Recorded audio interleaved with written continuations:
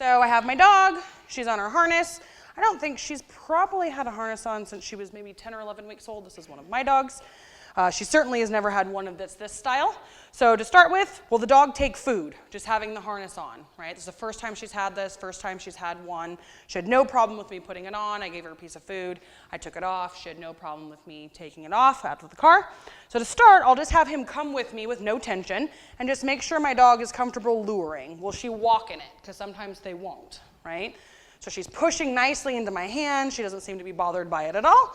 So I'll flip her around, and now he can start holding her back a little bit. So we'll put a little bit of tension in that lead. I'll stop luring and come a little bit closer in front of her face. Hello.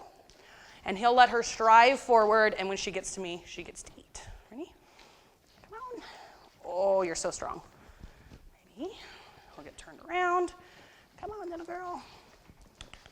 Good. And I just have her go more and more steps while dragging in order to earn the reward. And this dog has no problem, right? Hey, good girl. Thank you. I can take her.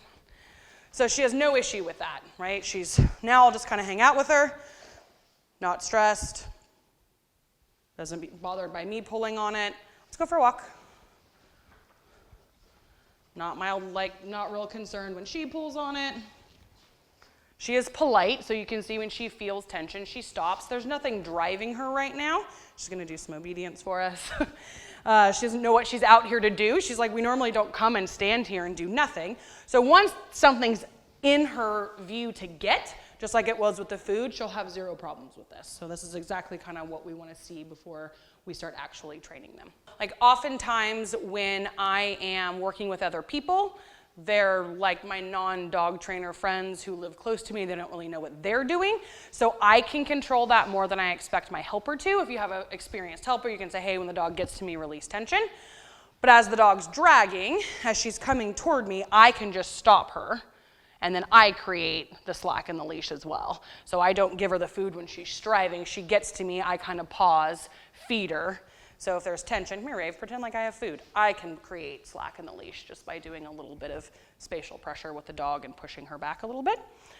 Or just stopping, letting her eat a couple pieces of food and letting your helper get caught up.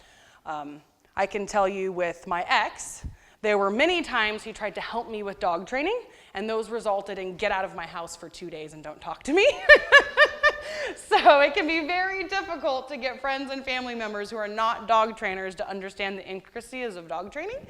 And typically they don't come to a week-long class like this. You spend about 45 seconds saying, hey, we're gonna do this task, and they're not of a dog trainer's mind. So be kind to your assistants.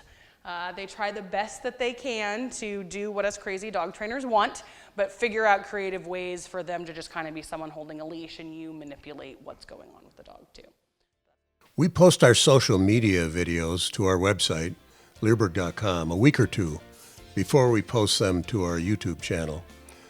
These early release videos can be found on the front page of our site or by going to the site and selecting Video on Demand from the toolbar, and then select Free Videos.